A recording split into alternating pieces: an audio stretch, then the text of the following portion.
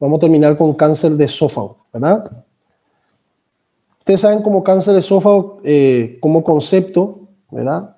Cuando nosotros decimos a veces tumor, si decíamos tumor de esófago, evidentemente es un aumento de volumen, ¿verdad? En el esófago, que puede ser benigna o maligna. Pero cuando nosotros nos referimos directamente ya a cáncer de esófago, ya nos estamos refiriendo ya a neoplasias malignas, ¿verdad? En el esófago. Entonces, una de las cosas importantes que tiene, por ejemplo, antes de hablar de cáncer de esófago, si ustedes se pueden fijar, ¿verdad? El esófago prácticamente tiene una relación anatómica muy estrecha con casi todos los órganos que ustedes están viendo alrededor de él,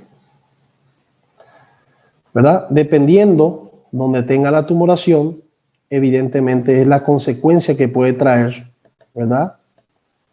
Para los órganos contiguos que están ahí. Fíjense que la tráquea prácticamente tiene una relación directa en su cara anterior del esófago y con la cara posterior de la tráquea, ¿verdad? O sea, si tiene una tumoración va a tener contacto y puede, evidentemente, ese tumor invadir las regiones respiratorias, ¿verdad? Evidentemente aquí también tiene muchas adenopatías, o sea, ganglios, en todo su trayecto, ¿verdad? Tiene muchas relaciones con grandes vasos, que ustedes están viendo ahí, ¿verdad? Que pueden metastizar en sus vasos también, evidentemente. Entonces, es importante siempre para estas patologías conocer su anatomía, porque a partir de ahí también ustedes pueden hacer un estadiamiento adecuado para los pacientes para saber si el paciente es operable o no operable. Y si es operable, si es curable o no curable, ¿verdad? Y si es curable, si es resecable o no es resecable, ¿verdad? Dependiendo de cómo esté la situación, evidentemente es lo que se va a hacer. Por eso es bueno conocer esta anatomía. Fíjense las relaciones anatómicas que tienen.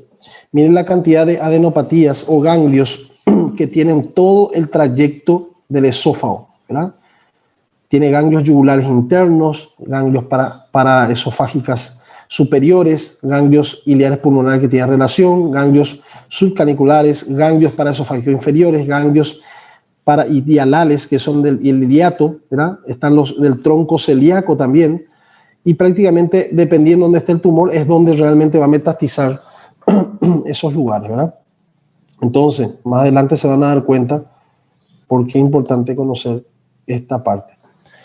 Entonces, como definición, entendemos que cáncer de esófago son todas aquellas neoplasias malignas que se sienten en dicho órgano, ¿verdad? Como ya habíamos dicho. Epidemiología mundial, ¿cómo se comporta este cáncer de esófago? Es el octavo en todo el planeta, ¿verdad? Porque por supuesto hay cánceres más importantes, ¿verdad? Cáncer de mama, cervicouterino, próstata, etcétera. Hay tumores mucho más frecuentes en el ser humano. Esto se comporta como el octavo. El 5 al 7% de los tumores del tracto digestivo representa estos tumores malignos. Su pico de incidencia de las personas es de 55 y 70 años, ¿verdad? Fíjese que en Francia se comporta entre 9 por 1, es más frecuente en el sexo masculino, y en Estados Unidos se comporta de 3.7 a 4 por 1, ¿verdad? En Francia es mucho más frecuente la incidencia en el hombre, ¿verdad? Hay unos países que son mucho más frecuentes el cáncer de esófago, ¿verdad? Ustedes se van a dar cuenta en los asiáticos, ¿verdad? Por su tipo de alimentación. Los afroamericanos, ¿verdad? O raza negra, evidentemente son más frecuentes los cánceres epidermoides, ¿verdad?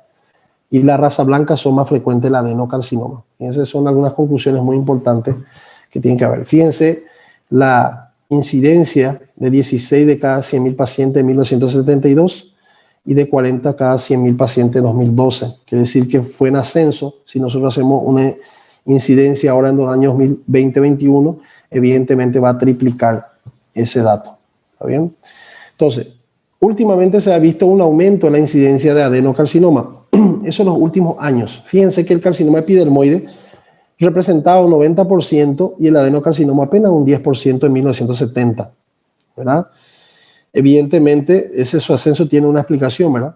En Estados Unidos la incidencia de adenocarcinoma aumentó un 10% por año en las últimas décadas de la población blanca, ¿verdad? Sigue en Alemania, el adenocarcinoma pasó a ser el 30% de los carcinomas del esófago a 47% de estadísticas en los últimos años. ¿Qué quiere decir eso? que evidentemente hay dos tipos de, histológicamente hablando, ¿verdad?, que afecta al esófago, que es el carcinoma, en este caso epidermoide, y el carcinoma, en este caso glandular, que sería el adenocarcinoma, ¿verdad?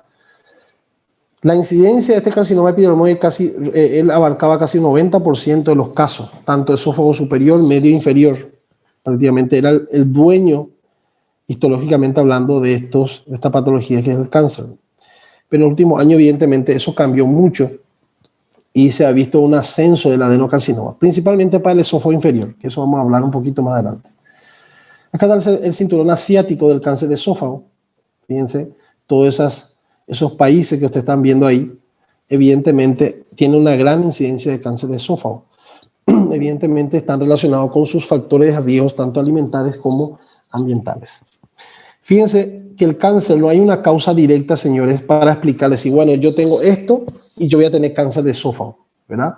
A no ser que esté relacionado genéticamente predeterminado que venga con cáncer porque su mamá, su papá, su abuelo, su tatarabuelo venía con cáncer de esófago todas las veces, entonces él tiene gran posibilidad de tener cáncer porque es hereditario, ¿verdad?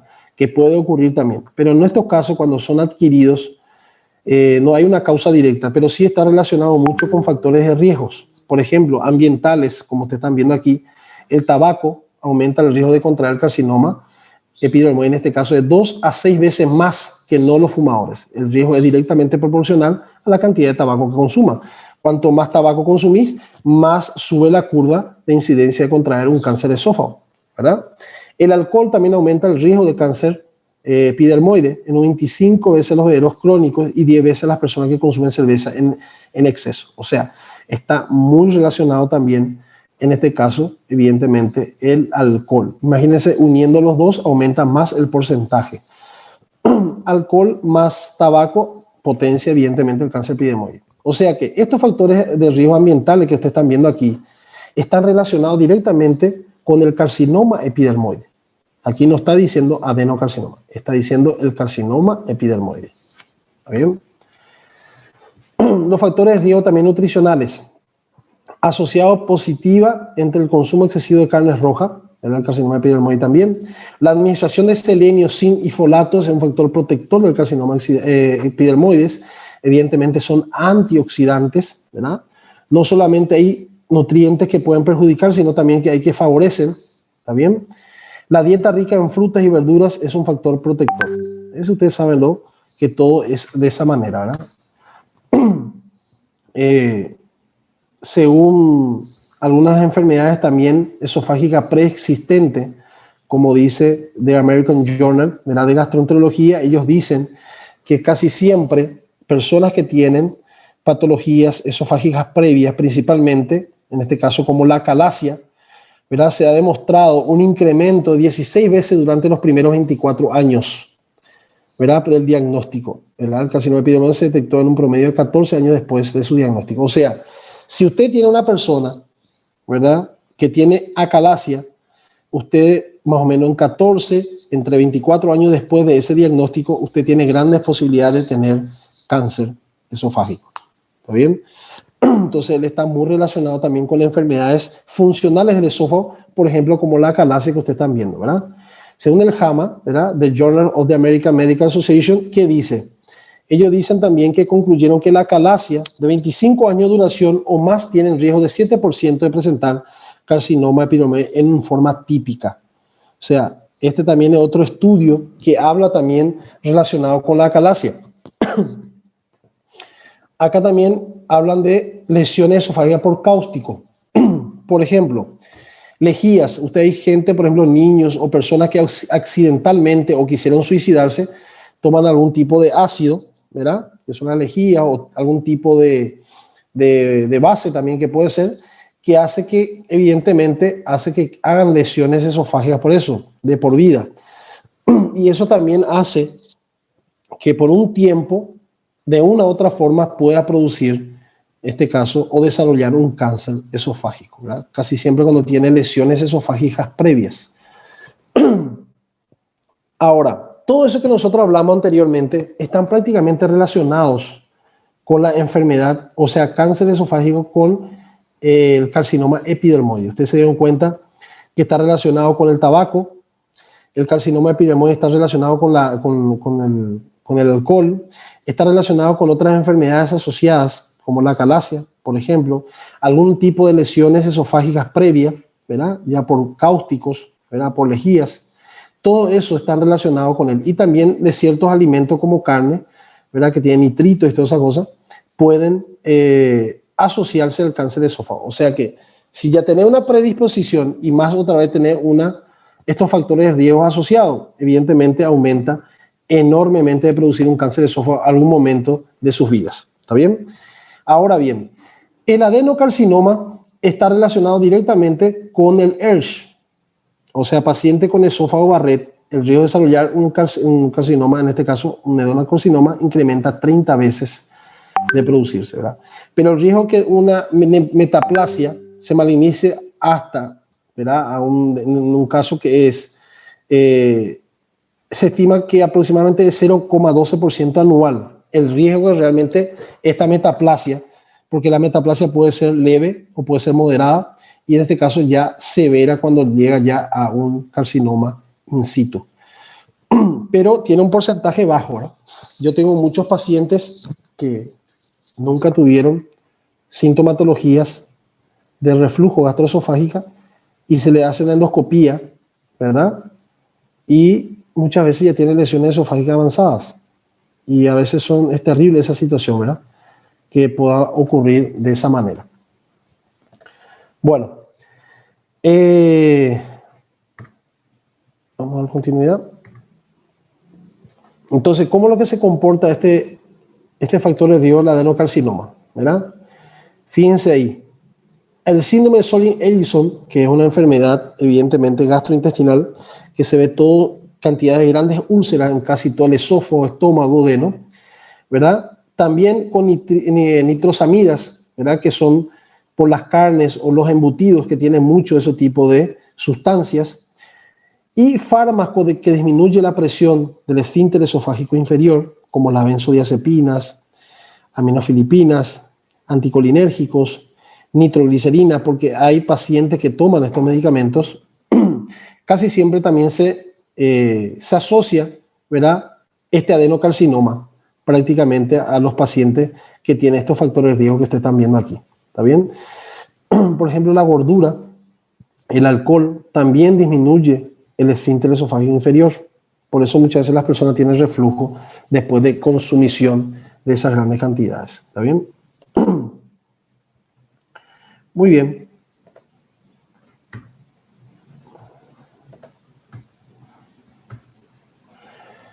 Etiopatogenia, ¿verdad? Se ignora su etiología exacta, eso ya nosotros ya habíamos hablado. En función de la estirpe histológica, los factores de riesgo para el desarrollo del cáncer de esófago son variables. ¿Qué quiere decir eso? Que dependiendo de su histología, ¿verdad?, ya sea carcinoma epidermoide o adenocarcinoma, hay factores de riesgo asociados a esos tipos de histologías, ¿verdad? Ya nosotros habíamos hablado del adenocarcinoma, que se desarrolla mucho con ciertos alimentos y medicamentos, y también está asociado mucho con la enfermedad de reflujo gastroesofágica, ¿verdad? Y los otros, como el carcinoma epidermoide, está asociado a factores de riesgo como el tabaco, el alcohol, ¿verdad? Y también algunas enfermedades funcionales del esófago, como la acalasia, y también como lesiones de esofagitis por cáustico, ¿está bien? Entonces, casi siempre esto está relacionado con este tipo de enfermedad. Entonces, no hay una causa directa, pero sí está relacionado con factores de riesgo. Bueno, doctores, hasta acá. ¿Me están entendiendo la clase? ¿Me están siguiendo? ¿Hay alguna duda hasta aquí? Doutor, Sim. então tem dois tipos de câncer de esôfago? Não. Tem um tipo de câncer de esôfago, só que tem diferentes histologia. Histológicamente hablando, puede ser diferentes tipos que puede afectar el cáncer de esófago, ¿verdad? Porque ustedes saben que el cáncer de esófago es maligno, pero la malignidad viene dependiendo de su histología. Y los tipos histológicos que afectan el esófago que lleva a un cáncer, ¿verdad? En este caso, son dos tipos principalmente. Hay más, pero yo le estoy hablando de los principales, que es el carcinoma epidermoide y el adenocarcinoma, ¿verdad? Ah, tá. Obrigada. De nada. Ahora van a entender por qué se habla de esos dos, ¿verdad? Ahora, ¿cuáles son los síntomas cardinales que un paciente podría tener si tiene un cáncer de esófago? Evidentemente la disfagia. Eso no puede faltar, señores. Todo paciente que tenga un tumor de esófago, una de las primeras cosas que le va a molestar o que le va a incomodar, en este caso, es la disfagia. ¿Qué es la disfagia? Es dificultad para deglutir. ¿Y cuándo va a tener dificultad para deglutir? Evidentemente, cuanto más grande es la tumoración, más disfagia va a tener. ¿Y cuál es el tipo de disfagia primero que va a tener? Porque normalmente la disfagia es progresiva. ¿Qué quiere decir eso? Que la disfagia va a ir empeorando cada vez más, ¿verdad? Evidentemente, si no se trata. Primero va a tener una disfagia por sólidos, que es por lógica, y después va a tener una disfagia, evidentemente, por líquidos. Y después ya va a tener de ambos, ¿verdad? Más avanzada. A veces ni la saliva va a poder tragar. Entonces, la disfagia, la pérdida de peso de varios meses de evolución ya es una posibilidad que el paciente evidentemente tenga un cáncer de esofagio. Infelizmente, cuando un paciente ya tiene disfagia y pérdida de peso, ya estamos hablando ya de un estadio 3-4, ya no hay muchas cosas que hacer. Y le voy a explicar por qué muchas veces el cáncer de esofagio es tan tardío su diagnóstico, ¿verdad? Más del 90% del carcinoma epidermoide y un tercio medio y superior lo refieren. Prácticamente el carcinoma epidermoide es el tipo histológico que más afecta al esófago superior y medio. También afecta al esófago inferior, pero es en menor porcentaje. El que es dueño y señor del esófago inferior se llama adenocarcinoma. ¿Está bien? Entonces, esta es otra conclusión que nosotros estamos dando ahora. Los tumores de cáncer epidermoide que más afecta el esófago es el superior y el medio. Y el inferior, el que más afecta, es el adenocarcinoma. Por eso está relacionado con ERS también, ¿verdad? Por el reflujo. ¿Qué otro síntoma puede tener? Odinofagia. ¿Qué es la odinofagia? Doutor, só um pouquinho. Sim. Superior e médio, ele é o endemo o quê? Carcinoma epidermoide. É a superior e a média. O tércio médio, né? Tércio superior, tércio médio do esôfago. E a inferior é determinada ou mais possibilidade de ter um adenocarcinoma. Estão me entendendo? Alguém não ficou com dúvida com isso daí? Ficaram com dúvida? Doutora Cristina, ficou com dúvida? Não. Está bom, então. Então, dolor subesternal ou epigástreo também pode ter dor. Cialorrea também pode ter. Evidentemente, se vos tenés dificultad para deglutir, eso va a haber un reflujo, va a volver hacia atrás y puede tener cialorrea, que es bello, ¿no? Puede tener halitosis, evidentemente, si la tumoración está un poco más avanzada, puede putreficarse los alimentos y quedarse a ese nivel. Y la regurgitación, ¿verdad? Todo eso puede tener el paciente dependiendo del estadio de oclusión que tenga el esófago. ¿Cuáles son las manifestaciones clínicas que el paciente a veces puede presentar? Que son casi siempre síntomas o síndromes paraneoplásicos, se llama eso, ¿verdad? O sea que muchas veces ustedes pueden tener algunos síntomas esofágicos, pero también puede tener extra. Por ejemplo, la presencia del síndrome Horner o Creutzfeldt-Horner, ¿verdad? Que eso casi siempre puede el paciente tener una tosis o apitosis, como se habla en portugués, miosis y enoftalmo, ¿verdad? Eso es una forma de presentación de un paciente que tenga. ¿Dónde se ve más ese tipo de síndrome de Horner? En los pacientes que tienen afectación del esófago superior y a veces también esófago medio, porque afectan algunos nervios, ¿verdad? Que puede inervar en esa parte. Entonces muchas veces afectan los nervios y dan esa sintomatología. Ronquera por afectación del nervio laringio recurrente, también por afectación del nervio o del nervio recurrente por los tumores esofágicos, en este caso superiores. Si vos tenés un tumor esófago inferior, si él metastiza puede afectar esos nervios y pueden dar ronquera. Formación de fístula tráqueo-esofágica, también, como el esófago tiene relación directa en su cara anterior con la cara posterior de la tráquea, ellos pueden hacer fístula, o sea, el tumor crece, ¿verdad? Y como está pegado, él crece hacia la vía respiratoria, entonces hace una fístula, ¿verdad? Todo esto que ustedes están viendo aquí, estas manifestaciones que yo les cité, es indicador de lesión avanzada no resecable. O sea, el paciente ya está en un estadio 4 y muchas veces no hay más nada que hacer. ¿Está bien? Paciente con afectación del esófago distal, ¿verdad? Suele consultar con edad más temprana, entre 40 a 60 años. La pérdida de peso es menos frecuente, casi siempre el paciente tiene sobrepeso y antecedente de hernia del hiato con reflujo también puede tener el paciente. Entonces, concluyendo, doctores, miren aquí, qué interesante esto. Casi siempre el adenocarcinoma, fíjense, el adenocarcinoma es un tumor que se ve más frecuente en personas más jóvenes. Recuérdense que él tiene un promedio entre 40, 50 años y el otro, el epidermoide, tiene entre 60 y 70 años. El adenocarcinoma, ¿verdad? Casi siempre el paciente no tiene mucha pérdida de peso antes de tener sintomatología. Casi siempre tiene sobrepeso. El paciente puede estar en su peso normal. No hay una gran pérdida de peso. En el epidermoide se pierde mucho peso. Normalmente el adenocarcinoma hay antecedentes de una hernia del hiato. ¿Qué lleva la hernia del hiato? Lleva a una enfermedad de reflujo gastroesofágica. ¿Qué lleva a una enfermedad de reflujo gastroesofágica? Puede llevar a un esófago Barrett y por supuesto llevar a un adenocarcinoma del paciente. Por eso puede tener antecedentes de eso, ¿verdad? Y casi siempre los epidermoides están asociados a factores de riesgo como el tabaco, el alcohol, ¿verdad? La calasia, esofagitis, etc. O sea, cada uno de ellos tienen una gran diferencia en respecto a las manifestaciones clínicas. Síntomas derivados a metástasis. Si usted ya tiene metástasis, quiere decir que ese tumor ya no está localizado, está en otros lugares, ¿verdad? Porque ya avanzó. El paciente ya puede tener disnea, si es que tiene afectación del pulmón. Puede tener ascitis, si es que tiene afectación de la parte hepática. Puede tener dolor óseo, si tiene metástasis ósea. Puede tener ictericia, si afecta las vías, en este caso, biliares. ¿Está bien? Sintomatológicamente, ¿cómo se comporta según el porcentaje de presentación de cáncer esofágico? Disfagia representa un 80-95%.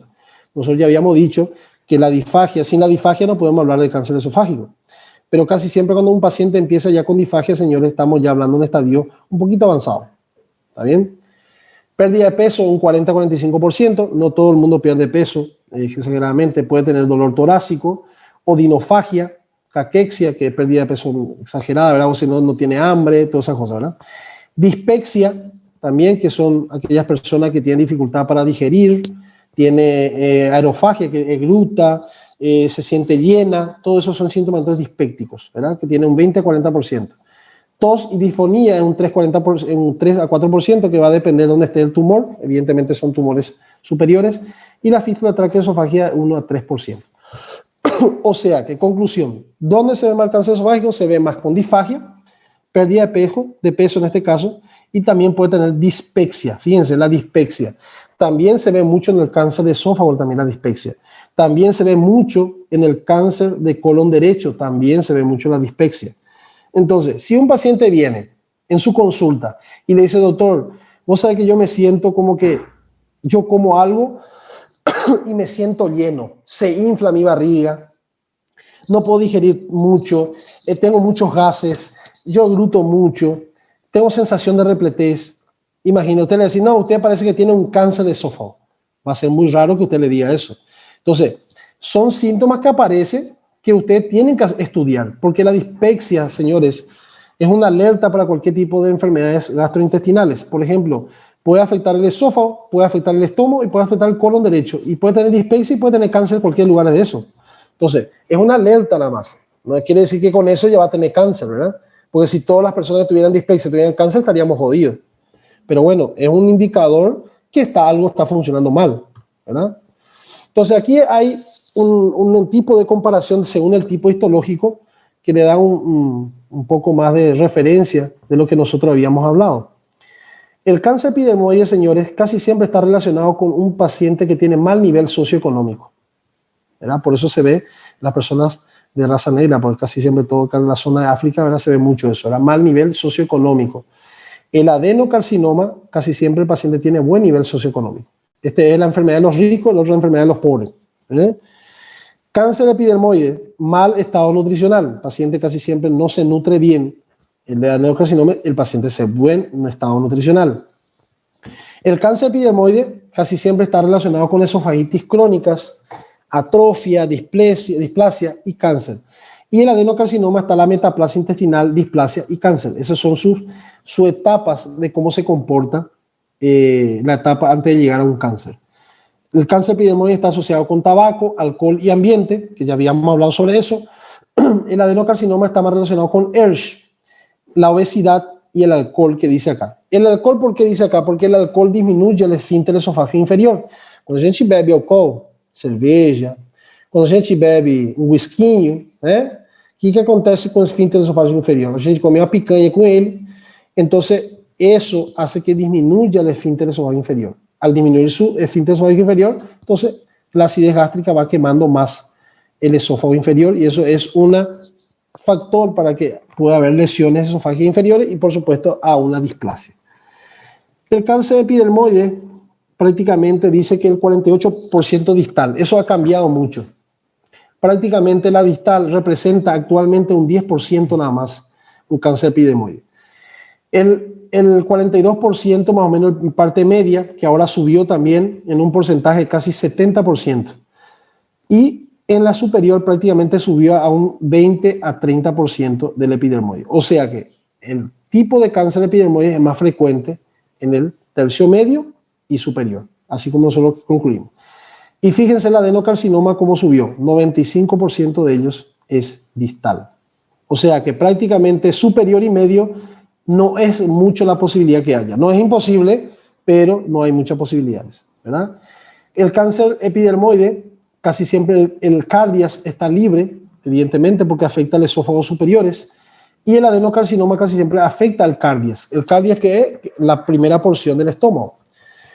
El cáncer epidermoide, incidencia en descenso, incidencia en ascenso, el adenocarcinoma. Eso ya habíamos hablado según los años 70 y en los años que estamos en la actualidad, la incidencia es abismal con respecto al adenocarcinoma. Por aquí, doctores, ¿hasta aquí me entendieron lo que estábamos hablando? ¿Me están siguiendo? Sí, doctor. Sí. Entonces, el cáncer de esófago, diseminación, esto es sumamente importante. Diseminación linfática, ¿verdad? Hay metástasis ganglionales en un 50%. O sea, casi siempre las metástasis, doctores, puede ser por contigüidad. ¿Qué significa contigüidad? Él va creciendo y porque un órgano está pegado uno al lado del otro y eso se llama por contigüidad. Hace metástasis porque está al lado de él. Es lo mismo que vos tenés un resfriado y una persona está al lado tuyo, vos le estornudas al lado y entonces porque está al lado tuyo se puede enfermar. La misma cosa pasa en estos casos. Esa es una forma de metástasis. Hay una forma de metástasis linfática, que ustedes están viendo aquí, que es una de las más frecuentes en el esófago, y hay otra metástasis que es por vía sanguínea, ¿está bien? Que en este caso es un poquito menor su forma. Fíjense lo interesante que tiene esto. ¿Se recuerdan que nosotros habíamos hablado que el esófago evidentemente tiene adventicia y no tiene serosa, ¿verdad? Entonces, una de las causas de por qué el esófago se diagnostica tardíamente la disfagia es porque es justamente eso. La adventicia le da la posibilidad del esófago acomodarse con el tumor. Entonces el tumor va creciendo, va creciendo, va creciendo, y cuando ya crece mucho va a empezar a tener disfagia, pero ya va a estar en un estadio tardío. Si él tuviera serosa, no le iba a permitir que el tumor se distendiera mucho, entonces va a tener disfagia mucho más temprana y el diagnóstico iba a ser mucho más temprano. Infelizmente, para los cánceres de esófago, la adventicia no es muy favorable. Fíjense lo que dice aquí también. A diferencia de otras vísceras huecas, ¿verdad? Como estómago, intestino, colon, lo que sea, el esófago tiene una particularidad anatómica que los linfáticos llegan hasta la lámina propia y la muscular de la mucosae, mientras que los otros llegan hasta la submucosa. Miren qué interesante. Y por lo tanto, ¿qué beneficio le trae esto? Que si él tiene un tumor que está, un T1, un T2, que un T2 llega hasta la submucosa, ¿qué va a pasar con esto? Que la metástasis va a ser mucho más rápido que otros órganos, porque el sistema linfático llega hasta la muscular de la mucosae y la lámina propia. Ahora usted me dirá, ¿dónde está la muscular de la mucosae? Aquí. Esto. Esto es la muscular de la mucosae, que sería esto. ¿Ya? Entonces los linfáticos llegan hasta ahí. Prácticamente ese linfático entra por esa zona. Quiere decir que si vos tenés un T1, ¿verdad? si vos tenés un T1, prácticamente vos ya podés tener una metástasis. La T1 evidentemente llega hasta la muscular de la mucosae, la T2 hasta la submucosa, ¿verdad? Parte de la mucosa, la T3 llega prácticamente hasta la adventicia y la T4 ya pasa la adventicia. O sea que ya puede tener comunicación con algunos órganos que están en relación con él, en continuidad. En este caso, por ejemplo, ustedes están viendo que está teniendo relación con la aorta, está metastizando hacia la aorta. O sea, un tumor se puede clasificar en T1, T2, T3 y T4. ¿Está bien?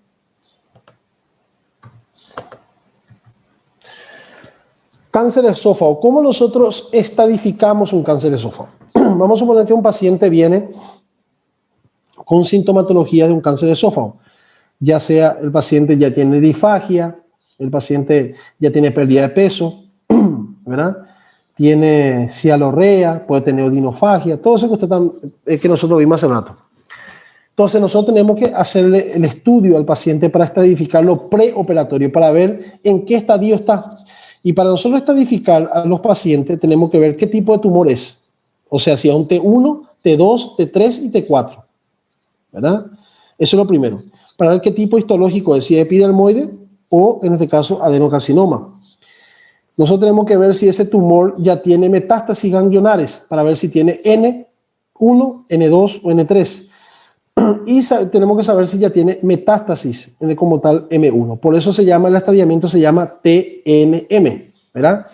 Primero, localización del tumor, que nosotros ya dijimos si está superior, medio, inferior.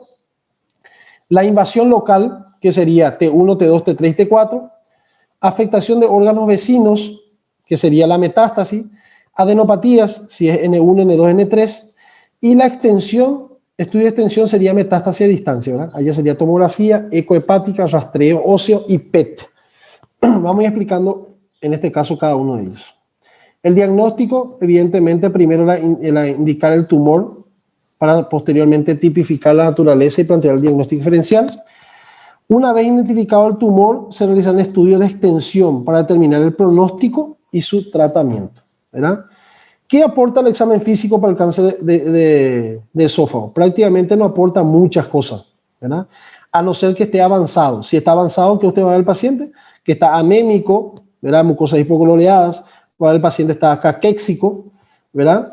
El examen físico puede tener hepatomegalia, que es aumento del hígado, y ganglios supraclaviculares, ¿verdad? Se van a notar, ustedes van a tocar y ya evidentemente van a estar totalmente crecidos, ¿verdad? Ahora, ¿cómo nosotros confirmamos si este tumor de esófago, evidentemente, en qué lugar está y qué tipo histológico es? Evidentemente nosotros vamos a hacer una endoscopía con biopsia. Se confirma el diagnóstico en 98% de los casos, se hace un cepillado citológico y se complementa con la biopsia. O sea, con la endoscopía ustedes ya van a saber qué nivel está el tumor, si es superior, medio, inferior, y ya van a saber también sacar una muestra para saber qué tipo histológico es. Si usted encuentra, por ejemplo, un tumor en la parte media del esófago, ¿usted consideraría qué tipo de histología usted piensa que tenga el paciente?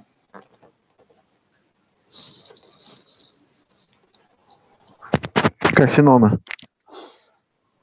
¿Qué tipo? Epidermoide. Sí, Epidermoide, ¿está bien? O sea, carcinoma, ustedes saben que existe varios tipos. En este caso, hay carcinoma epidermoide, hay adenocarcinoma, todos esos son carcinomas, ¿está bien? Bueno, entonces en este caso, por ejemplo, evidentemente se va a ver más el carcinoma epidermoide, ¿está bien? Por la lógica de su ubicación, pero no te considera un 100% que sea así, por una cuestión lógica, nada más es así. Endosonografías, ¿está bien? Esta endosonografía, lo importante es determinar la profundidad y la metástasis linfática. Esto es sumamente importante, doctores.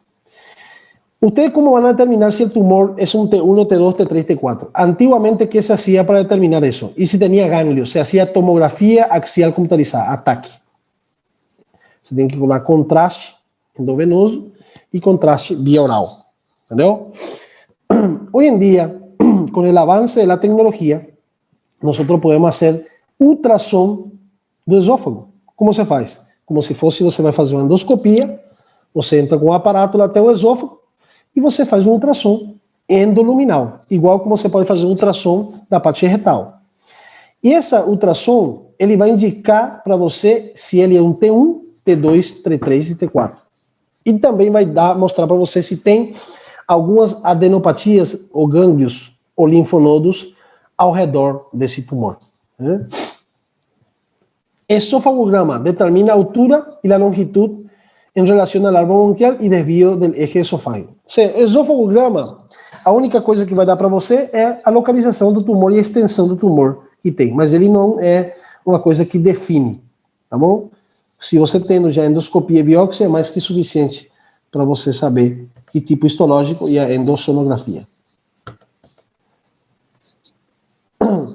Raio-X de tórax. Não é tão importante como o TAC de tórax e abdômen. Ele te mostra a extensão, se um paciente tem uma extensão. Vamos supor que você tem um tumor superior ou médio. Você tem que fazer uma tomografia de tórax. Evidentemente, porque você tem que ver se ele já não tem metástase ou passou para outro lugar. E se você tem um adenocarcinoma, que quase sempre é inferior, você tem que fazer uma tomografia, evidentemente, de abdômen, para ver se não metastizou para fígado, né, estômago e pâncreas. Fibrobroncoscopia e biópsia.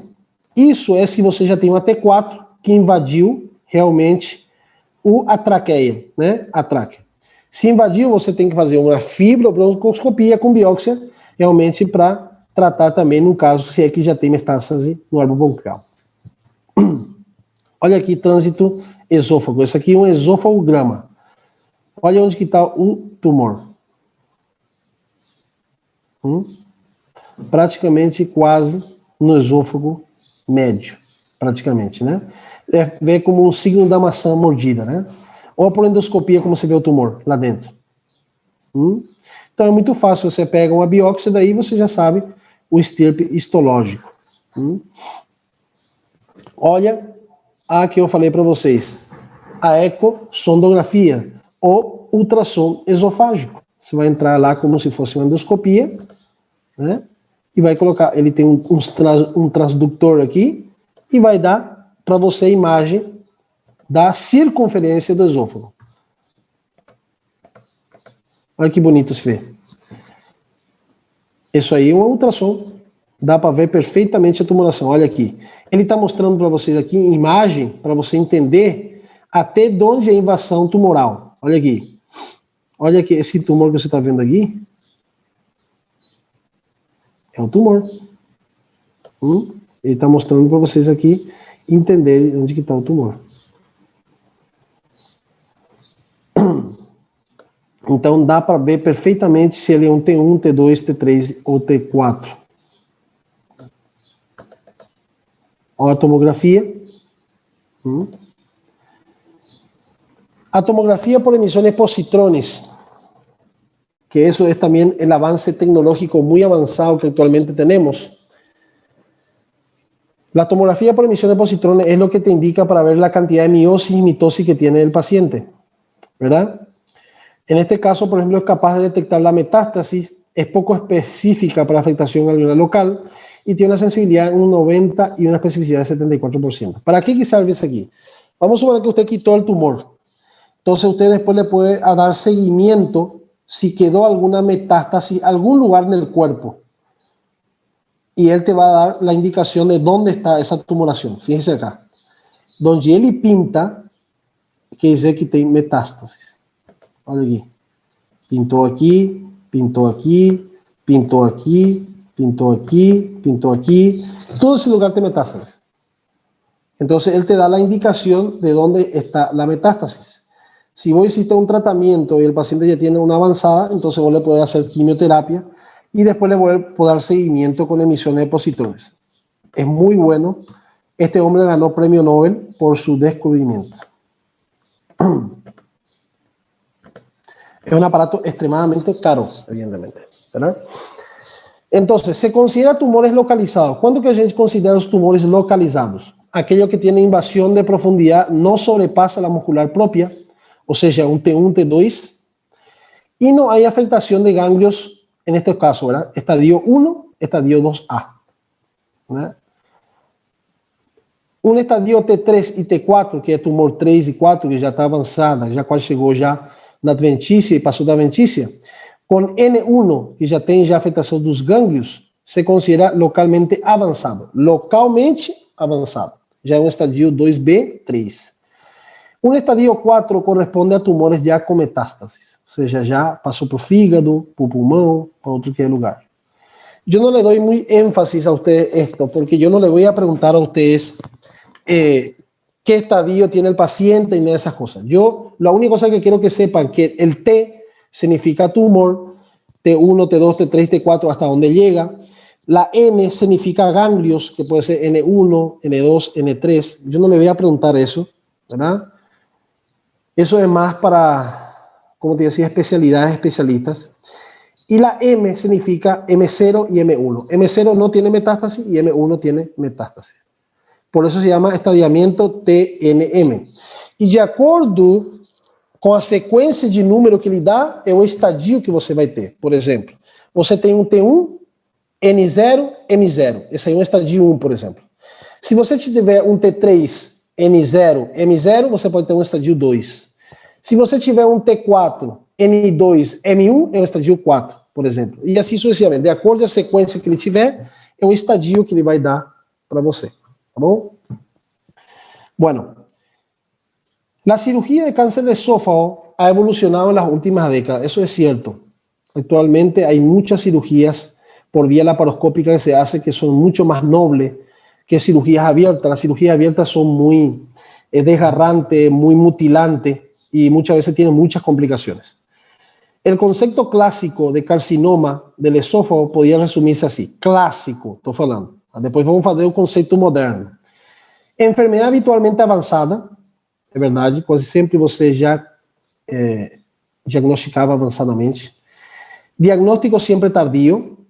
Modalidades terapêuticas com elevada mortalidade. O sea, ¿qué quiere decir eso? Que você colocava tratamento e esse tratamento era tão forte que muitas vezes podia complicar o paciente ou matar o paciente. La sobrevida alejada a muy mala. Quiere decir que cuando vos, evidentemente, resultaba un cáncer de esófago, el paciente no sobrevivía más de 2 años. ¿Está bien? Esos son los conceptos clásicos de carcinoma del esófago.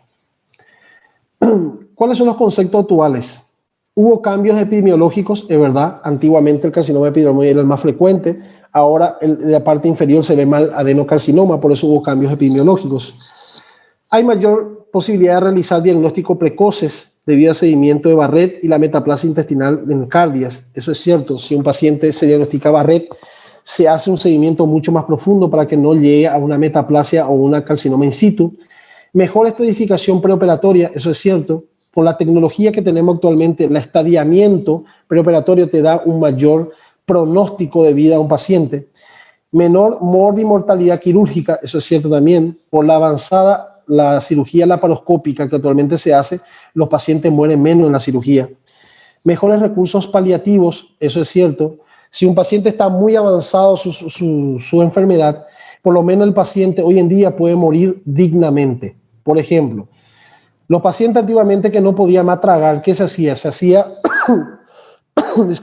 se hacía gastrostomía. ¿Qué es gastrostomía? Se va a colocar un cano, vai comunicar o estômago com a parte externa. E você tinha que alimentar por esse caminho a pessoa que tinha câncer do esôfago. Por quê? Porque a pessoa não pode mais comer e o alimento não chega no estômago. Esses são tratamentos paliativos. Hoje em dia você pode fazer por endoscopia e colocar um stent dentro do esôfago, né? Ele entra um stent e ele abre dentro do esôfago. Então, o câncer já não cresce por dentro, senão vai crescer por fora. Ou seja, o paciente, ao que tenha câncer, ele pelo menos vai poder comer e vai morrer dignamente. Por isso que eu estou falando que os melhores recursos paliativos. Paliativos são recursos aqueles que você pode fazer não para sarar, mas para melhorar a situação do paciente. Expectativas abiertas com a neoadjuvância. Isso também. Há muitos tratamentos neoadjuvantes hoje em dia, novos, que realmente melhoram muito o tratamento do câncer epidermoide e também adenocarcinoma. Pronóstico, ausencia de revestimiento de la serosa facilita la extensión tumoral, eso ya hablamos nosotros, Como él no tiene serosa, facilita su extensión tumoral. Diagnóstico generalmente es tardío debido a que su sintomatología inicial es leve e insidiosa. Eso es cierto también. El paciente generalmente se da su diagnóstico tardío, por lo que ya hablamos. Su drenaje linfático es rico y abundante, por lo que es posible encontrar metástasis en el cuello, tórax y abdomen, que ya hablamos también que él tiene los ganglios, llega hasta la lámina propia o muscular de la mucosa, por lo tanto, tiene mayor posibilidad de metástasis. El pronóstico continúa siendo malo, evidentemente, con todos los avances que tenemos.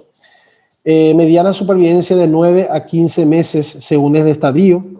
La supervivencia de 5 años es de 10 al 15% de los pacientes. La supervivencia de 5 años va a depender. Si es un estadio 1 y 2, 40 y 30% que el paciente puede vivir 5 años. Si es un estadio 3, o paciente tem possibilidade de chegar a 5 anos, entre 15 a 25%. En estadio 4, menos de 5%. Entonces, doctores, hoy terminamos la clase de cáncer esofágico. Con esto culminamos el órgano esófago. Como ustedes vieron, es un tema bastante interesante. Es un desafío siempre para los médicos hacer un diagnóstico temprano, porque los pacientes también muchas veces no quieren hacerse estudios para nosotros llegar a ese diagnóstico. En Japón, como en otros lugares de Asia, ellos tienen un programa para diagnosticar tempranamente cáncer de esófago y de estómago, porque ellos tienen una incidencia muy alta. Ellos es obligatorio hacer estudios de endoscopía a partir de ciertas edades. Entonces ellos con eso han logrado disminuir prácticamente entre un 60-70% de los pacientes que llegan a un estadio más avanzado, y muchas veces ellos tienen tratamiento más temprano, y entonces el paciente evidentemente no llega a un cáncer. ¿Está bien? Entonces, hasta aquí, ¿tiene alguna pregunta sobre cáncer de esófago? Recuérdense que lo que nosotros dimos ahora es saber la diferenciación principalmente, saber sus conceptos, saber la diferencia entre el carcinoma epidermoide y el carcinoma, en este caso glandular, que es el adenocarcinoma, saber sus diferencias según los factores que están asociados, ¿verdad? Tanto ambientales, en este caso alimentar, y de algunas enfermedades.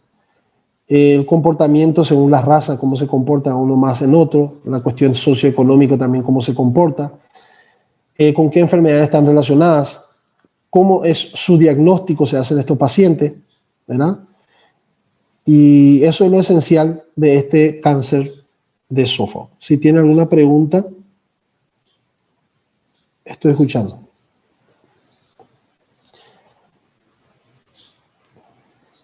Como siempre concluyo. Si ustedes no tienen preguntas es porque entendieron todo o no entendieron nada. Uno de los dos. No hay aqui intermédio, senhores. Professor? Sim. Eu fiquei um pouquinho na dúvida sobre o M0 e o M1. Sim. Existe M0, M1 e mais M's, M2, M3, não, é isso? Não. Só M0 e M1. Ou você tem metástase ou você não tem metástase. Entendeu? Ah, sim. Entendi. Não tem outra opção aqui. Ou você tem metástase, que é M1, ou não tem metástase, que é M0. Ok, obrigado. De nada, doutor. Nos tipos histológicos eu fiquei meio confuso, porque o câncer esofágico ele tem só um, só que ele vai ter o epidermoide e o adenocarcinoma. Eles são tipos de câncer, tipo, isso vai definir a localização dele? Não. O câncer? Não, olha. O câncer esofágico você pode ter em qualquer lugar, pode ter superior, médio, inferior. Só que você tem que saber o tipo histológico que tem. Porque tem muito tipo histológico. Pode ter um linfoma também. Só que é menos frequente. Entendeu? Igual que no estômago. No estômago você pode ter uma câncer epidermoide, mas é muito raro, raríssimo. Você pode ter um linfoma também no estômago. E pode ter adenocarcinoma. O adenocarcinoma no estômago é 98%, histologicamente falando, por exemplo. Então, se você chegar a encontrar um tumor no estômago, por exemplo, você tem que pensar primeiro no adenocarcinoma. Por quê? Porque ele é 98%, histologicamente falando, é o adenocarcinoma. Tá me entendendo? Agora, se ele sair diferente, isso é uma coisa rara, mas pode sair diferente. Tá me entendendo? Porque tem tumores benignos também no estômago. Tem também tumor. O leiomioma, por exemplo, é um tumor benigno do estômago, mas é extremamente raro no estômago. Quando você encontra um câncer de estômago, por exemplo, um tumor de estômago, 98% é maligno. E 98% deles é adenocarcinoma. Então, é muito raro você encontrar um tumor de estômago que seja benigno. Infelizmente. O ideal era que todos aqueles cânceres, que todos aqueles tumores que a gente tem no tubo digestivo, a maioria seja benigna. Mas muitas vezes eles não se comportam assim. Quase sempre, muitas vezes, os tumores que vocês encontrar, a maioria deles são malignas. Estão me entendendo? Então, histologicamente, só que é diferente. Só que o adenocarcinoma, por exemplo, ele é mais frequente no esôfago inferior. Mas isso não quer dizer que você não tem um câncer epidermóide aí. Pode ter também. Só que é menos frequente. Então você vai por frequência de estadística. O carcinoma epidermóide ele é mais frequente no superior e no médio. Mas não quer dizer que ele não tenha adenocarcinoma aí também. Tá me entendendo? Isso que eu quero que vocês entendam.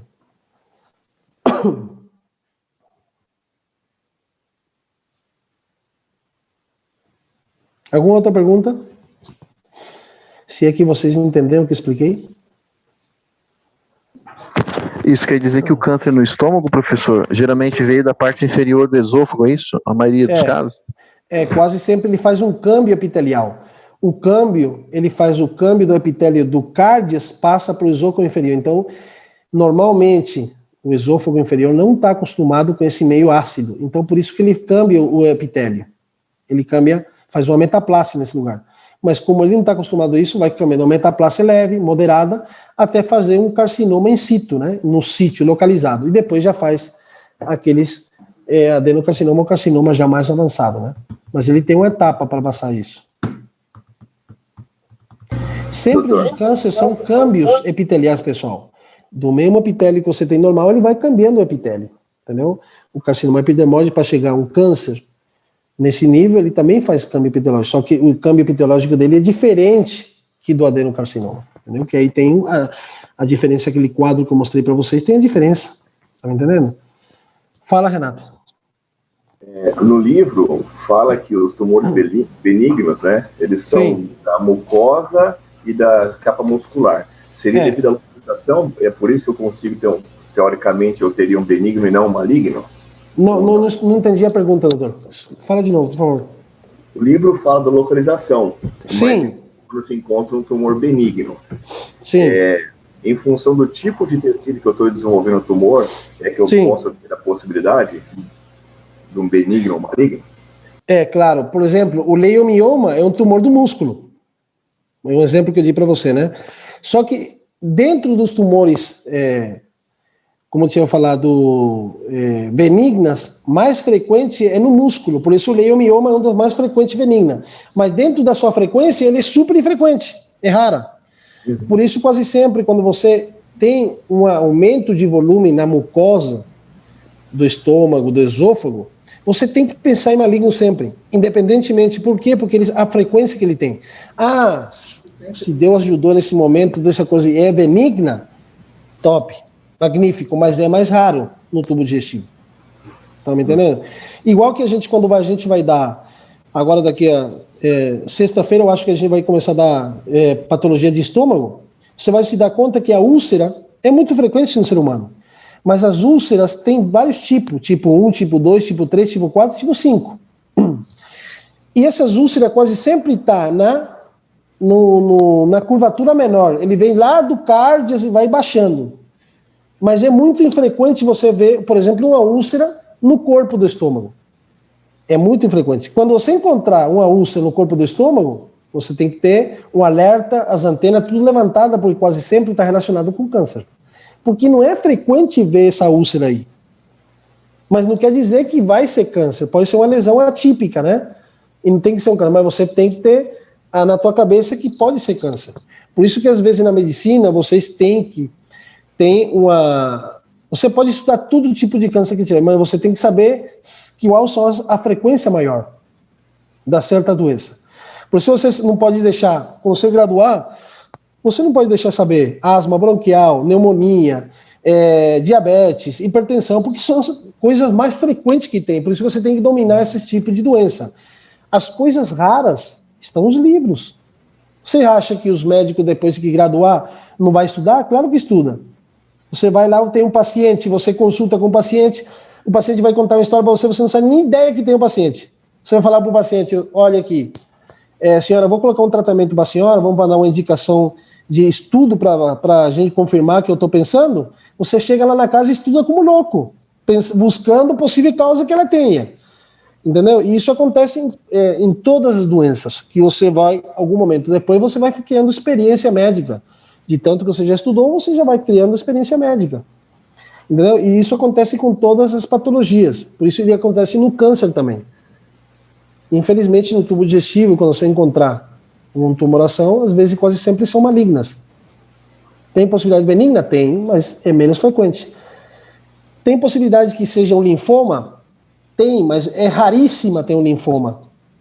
Entendeu? Aí nesse lugar. Qual que é mais frequente? O carcinoma epidermoide, que tem uma frequência, e adenocarcinoma. Por isso que a gente fala mais deles, né? Tem outras, tem. Mas a gente não fala deles porque a frequência é muito, muito pouco. Entendeu? É a mesma coisa que chegar um paciente de raça negra, eu falo para você que ele toma álcool, ele fuma, né? Uma pessoa de 70 anos e fala para você, doutor, eu tenho uma dificuldade para tragar, o que você vai pensar? Esse cara tem um câncer esofágico, como está relacionado com a raça preta, toma, bebe, vai estar relacionado com o carcinoma epidermoide. Onde que vai estar o câncer? Superior e médio. Isso que eu estou pensando. Agora, que isso aconteça e seja assim, a gente vai confirmar com endoscopia, tomografia, ultrassom, todas essas coisas. Entendeu? Entenderam a lógica que eu estou analisando para vocês? Então, outra pergunta, doutores. Professor? Sim. É uma pergunta do começo da aula. Que, sim, conceito. Assim, não, mais sobre a nanotecnologia. Nanotecnologia, o que você está pensando? É que você falou sobre colocar um stand, tipo, é uma tecnologia. Eu não entendi como que ela funciona, porque o stand você faz o CAT, né? Coloca lá. Não, ele STEM que você está falando, né? STEM. Isso. Como que a nanotecnologia vai fazer um stent coronário sem ser da forma que é feito hoje? Não, olha, a nanotecnologia é um tipo de tecnologia que está em processo de estudo ainda. Tem muitos países que já estão avançados com isso. Deve ser que muitos países já estão usando isso também. Entendeu? Você não viu aquela propaganda também dos carros que pode trocar de cor? Só com apertar um botão, troca tudo a cor? Tudo isso é nanotecnologia, por exemplo. Só que a nanotecnologia, ele depende de onde você usar. Se a gente vai usar no âmbito de medicina, vai ser muito produtivo isso. As nanotecnologia tem, não sei se vocês viram um vídeo que eles têm como se fosse um bichinho que entra dentro do nosso corpo e ele tem uma missão, tem que entrar para fazer uma coisa. Entendeu? E, por exemplo, se você tem um câncer de esôfago, por exemplo, e você usar nanotecnologia, estou especulando, né? E você introduzir um aparato lá, tipo um robô mais pequenininho, que ele tem que tirar tudo aquele câncer de esôfago inferior, ele vai como tirando, como uma roca. Isso é uma tecnologia, só que a gente não tem ainda isso, em algum momento da vida vamos ter. Agora, o STEM, pessoal, o STEM é um dispositivo que a gente usa, e usa tanto na parte cardiovascular. Se você tem um síndrome coronário por aterosclerose, muitas vezes você coloca um stent. Você coloca um tubo que ele entra entre meio dessas duas e ele abre, para justamente não fechar mais. Entendeu? E a mesma coisa acontece no esôfago. Ele entra dentro do esôfago e ele abre, né? Abre. Justamente para não fechar mais. Porque aunque o tumor queira fechar, ele não vai fechar. Mas isso são medidas paliativas. Não é que você vai sarar com isso, entendeu? No caso do esôfago. No caso da coronária, você soluciona o problema, porque você não vai ter mais infarto, né? Nesse caso. Então, eu só estava explicando para vocês que a nanotecnologia é uma opção que a gente vai ter em algum momento, entendeu? Muitos países já estão usando isso daí, só que a gente não sabe, né? Em que estão usando, né? Por exemplo, a vacina mesmo que estão colocando, aquelas pessoas que são anti-vacina e todas essas coisas. Você não acha que eles podem colocar uma tecnologia, nanotecnologia na vacina? Eles podem fazer isso também. E a gente onde vai saber? Os chips que pode colocar, a gente não sabe nada disso, entendeu? Há pessoas que gostam da parte conspirativa do mundo, entendeu? Então isso depende de cada um. Entendeu, doutor? A imunoterapia também, né? Uma novidade, né? Na parte de medicamentos. Também, é uma coisa nova. Você sabe que tem lugares como o Japão, acho que também em Inglaterra, tem tipo de maquinárias que vocês veem no filme, aquele que entra e ele já faz tudo diagnóstico que tem lá dentro, você faz em 3D, você pega um fígado assim, você leva, dá a volta, tudo isso já existe agora, só que não chega no nosso aqui nesse lugar, porque são tecnologia que estão em prova, que já tem muitos hospitais de primeiro mundo, só que eles estão provando para ver se realmente vai depois passar para os lugares, porque são extremadamente caros. Essa maquinária que eu estou falando custa mais ou menos 10 milhões de dólares. Entendeu? Com 10 milhões de dólares você constrói um hospital, o mais top que tem. Só por comprar uma máquina assim você não vai ter, então são lugares específicos que os governos têm que comprar essas coisas, né? Porque é muito caro. Mas existe já isso. Não sei se vocês conhecem, tem também que é anatomia que vocês estudam, tem universidade, já tem aquele que eu esqueci o nome dele, que são pantalhas que é meio você já fazer em corpo humano direto, você já faz na televisão direto. Você vai pegar, essa aqui o osso, você abre, você tira o osso, você coloca o músculo, você vai fazendo tudo aí. E eu esqueci só o nome do aparelho, que são uma pantalha do tamanho de uma mesa completa. E você vai fazendo o que você quiser lá dentro. Você tira mesmo o coração para fora, você abre o coração no meio, você pode fazer tudo o que você quiser. E hoje em dia já usa tudo na escola de medicina isso. Entendeu? Então, são coisas que vão avançando, pessoal. E a medicina, e a gente está numa época da nossa vida, pessoal, que a gente tem sorte de estar nessa época aqui. Você imagina antigamente como que eles tratavam. Capaz daqui a 100 anos o pessoal ia falar, esses caras eram de pré-histórico, né? Da forma que eles tratavam as pessoas, da parte médica. Mas eu acho que a gente está numa época muito boa em questão de evolução médica, né? Eles têm sorte de viver nessa época, né? Então, pessoal, alguma outra perguntinha aí?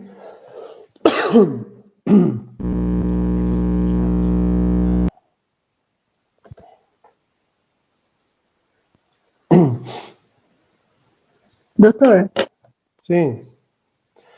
No caso do tratamento do câncer mais avançado, indica mais a quimioterapia e a cirurgia, no caso, para dar uma melhor qualidade de vida para esse paciente, ou visando realmente reverter um pouco a doença?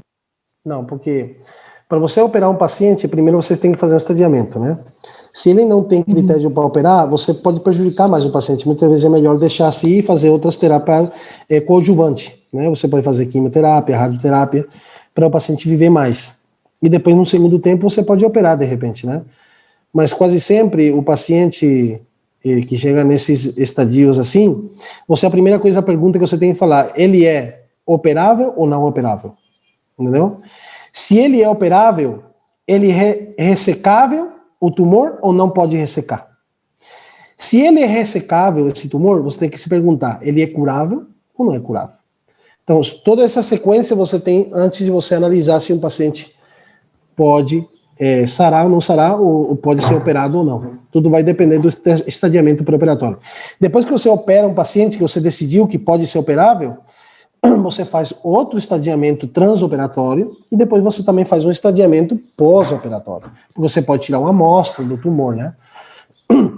Mas esses cânceres desse tipo de esôfago é uma cirurgia muito, muito complicada. Não é qualquer um que sabe fazer esse tipo de cirurgia de esôfago. Eu, graças a Deus, tive a oportunidade de assistir vários deles e estar como ajudante. Eu nunca fiz uma cirurgia sozinho desse tipo, porque são cirurgias que você se super especialista só nesse tipo de cirurgia. O meu tutor, que foi de 4 anos, o meu tutor de cirurgia, que é o Dr. Daniel Oliveira, que eu falo que ele é um gênio na cirurgia, né? Ele tem mais ou menos uns 50 anos agora. Um cara que opera de tudo, né? E da cirurgia mais complicada que eu operei com ele, eu operei tudo com ele. Câncer de pâncreas, câncer de esôfago, e são geniais essa cirurgia, mas é muito difícil chegar a esse nível que ele tem, muito difícil. Porque hoje em dia, já a cirurgia ha evolucionado tanto que agora a cirurgia, médico geral já está terminando no mundo inteiro. Agora a maioria são já super especialistas, né? Então, às vezes, por isso que eu falo também, depende muito também, às vezes, na mão que vocês caem. Também vai depender da evolução do paciente, se ele pode sarar ou não. Às vezes pode chegar e se o cirurgião fazer o diagnóstico e mandar um cirurgião indicado para ele operar, entendeu? Porque não todo mundo sabe operar esse tipo de cirurgia, pessoal. É uma cirurgia extremadamente difícil. Chega um momento da cirurgia que você não pode voltar para trás. Entendeu? E se você não está preparado psicologicamente, se você não está fazendo bem as coisas, o paciente morre. E é muito, muito frustrante para o cirurgião. Muitas vezes tem cirurgião que não se recupera, já não faz cirurgia depois disso. Por isso que ser cirurgião não é fácil, pessoal. Trabalha muito no psicológico. Você opera um paciente, você não dorme outro dia, porque você está preocupado com como vai ser o paciente, né? A vida está nas tuas mãos, entendeu? Então sempre é complicado. Então, para também não fazer dano no paciente, você tem que saber teus limites. Como cirurgião, como profissional, até onde você pode chegar. Se você não pode chegar até lá, então você tem que passar para outra pessoa que está mais treinada que você.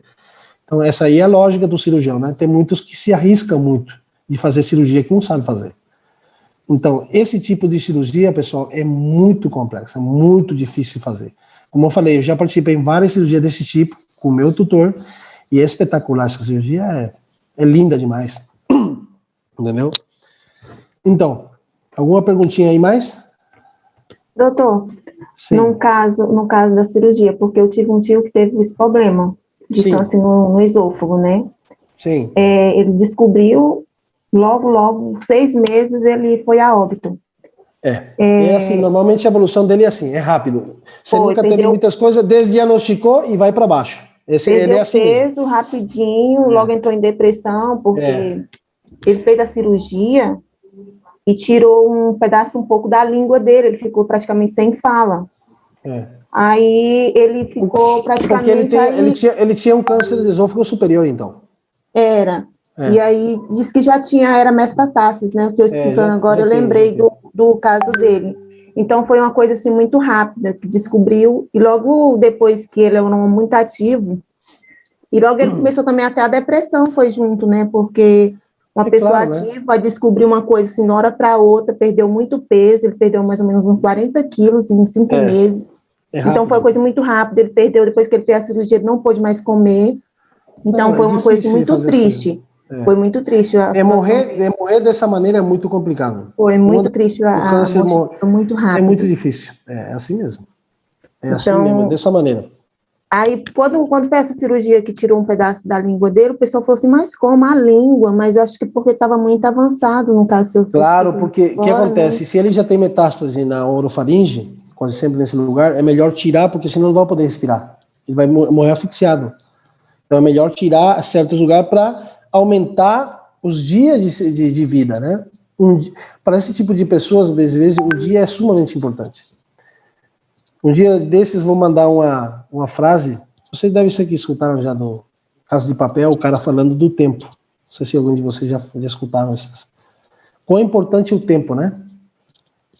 E, às vezes, quando para você falar uma pessoa, você tem 1 mês de tempo para viver, capaz seu mundo muda totalmente a perspectiva. Capaz simplesmente tomar um vaso de água é importante, sentar com teus filhos, com tua mãe, conversar um pouquinho com eles, é sumamente importante. Você quer aproveitar todas as coisas que realmente você quer fazer. Quando você não tem, você tem muito tempo, você pensa que não vai morrer, você às vezes usa seu tempo e suas coisas supérfluas, não importantes. E você se dá conta das coisas importantes quando você já sabe que não tem tempo. Por isso que a gente tem que aproveitar o tempo que tem. E mais nessa época que a gente está passando agora. Vocês estão vendo que tem gente que tem Covid, as pessoas se estão voltando um pouquinho mais humanas, muitos deles, né? Porque vocês estão vendo que estão perdendo muita gente por perder. E isso não vai ser a única pandemia que a gente vai ter, pessoal. Então, a gente tem que se preparar para toda essa situação. Daqui para frente, as coisas vão ser cada vez mais difíceis.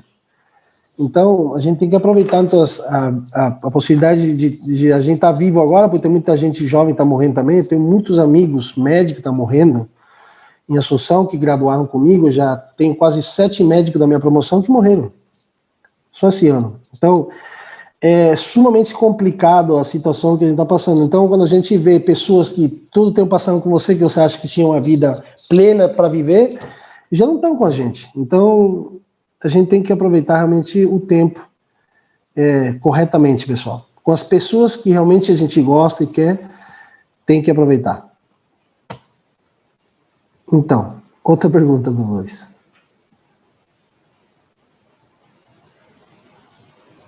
Tem uma quantidade de gente que tem uma quantidade de gente que quer entrar, pessoal. Não estou deixando entrar.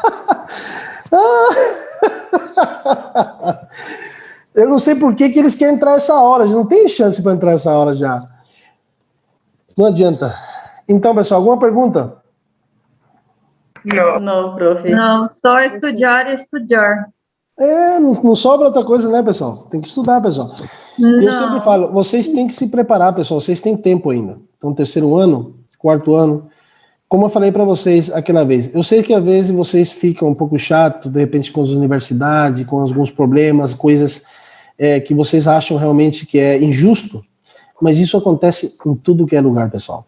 Eu estudei uma faculdade top em Cuba e também tinha um montão de injustiça de professores, de a parte administrativa, isso sempre tem tudo que é lugar. Evidentemente, a gente sempre tem que lutar por nossos direitos, eu estou de acordo totalmente com vocês. Mas eu acho que vocês agora, como vocês são, a maioria de vocês são estrangeiros, vocês têm que se preocupar mais em estudar, se preparar e ir embora. Esse é o objetivo de vocês. Entendeu? Igual que eu fiz em Cuba. Eu me concentrei em estudar e ser o melhor que eu pude fazer. Estudava pra caramba, não tem nenhuma comparação com vocês. Tenho certeza disso. E terminei e vim pra cá. E todos os meus frutos que eu tenho agora é por isso, por tudo isso que eu fiz. E eu sabia no primeiro momento que eu ia ser muito sacrificado, mas em algum momento da minha vida ia ter resultado. E hoje em dia, graças a Deus, eu já tenho esse resultado. Mas passei muito trabalho, pessoal. Passei de tudo lá em Cuba, até fome. Então, eu acho que, como eu falo para vocês, vocês têm todas as possibilidades de estudar hoje em dia. Vocês têm YouTube, tem livro, tudo que é lugar, internet. Só tem que aproveitar, entendeu? Se eu mostrar as condições que eu estudava lá, vocês não vão acreditar, entendeu? Então, não é que eu quero comparar com vocês, mas só explico para vocês que muitas vezes tem que se preocupar mais em vocês e estudar, e menos em coisas externas, se estressar em coisa que não vai adiantar vocês brigarem, entendeu? E é isso, pessoal. Então vamos terminar a aula de hoje. Se alguém não tem mais nenhuma pergunta, a gente termina agora. Graças, prof. Então, um abraço para todos vocês aí. Muita saúde e para todos. Hasta, doutor. Tá bom.